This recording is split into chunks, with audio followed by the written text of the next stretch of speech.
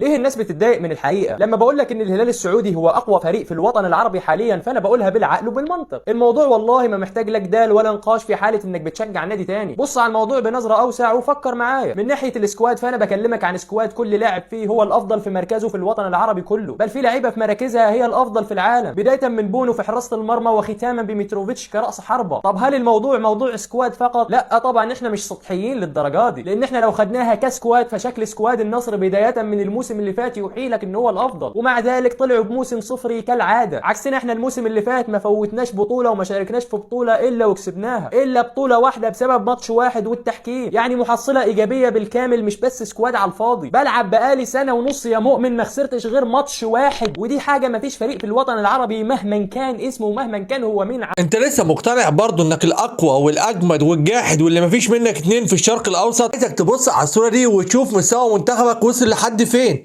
جميع المنتخبات الاسيويه بتحط عليك يا جدع، وفرحان ان انت عمال تدفع فلوس في الدوري بتاعك عشان تعلي الدوري بتاعك. المشكله في الفلوس اللي انت دفعتها دي ورحت جبت منها لعيبه من اخر الدنيا ما نفعتكش بحاجه، عشان لما الاتحاد بتاعك اللي عمل صفقات واعلى صفقات جه لعبني انا كاهلاوي حطيت عليه بالثلاثه. وكمان النصر اللي هو كان جايب اعلى سكواد في السعوديه لعب مع نادي الزمالك، ونادي الزمالك علم عليه وكسب 1-0 وقطعه، والنصر اتعادل مع نادي الزمالك وكان مبسوط ان هو اتعادل مع نادي الزمالك كانه خد كاس العالم للانديه. لو مش بس كده، ده الزمالك كمان علم على الاهلي السعودي بكميه الصفقات والفلوس اللي هو دفعها. وتعالى اقول لك كمان، ده النادي الاهلي علم على الهلال السعودي بتاعك اللي انت فرحان بيه بالاربعه. هتطلع تقول لي ده ما كانش فيه اللعيبه اللي احنا جبناها دي؟ لا، كان فيه لعيبه وكان فيه محترفين كويسين، وكمان جودة اللعيبة المحترفة عندك كان أفضل من جودة اللعيبة المحترفة عندي، وحطيت عليك بالأربعة. الفرق بيني وبينك إن أنت رحت اشتريت لعيبة عشان تعلي الدوري بتاعك، إنما أنا الدوري بتاعي عالي باللعيبة المصرية بتاعتي. واللي غيظ بقى أكتر إن أنت مهما تجيب لعيبة وتدفع فلوس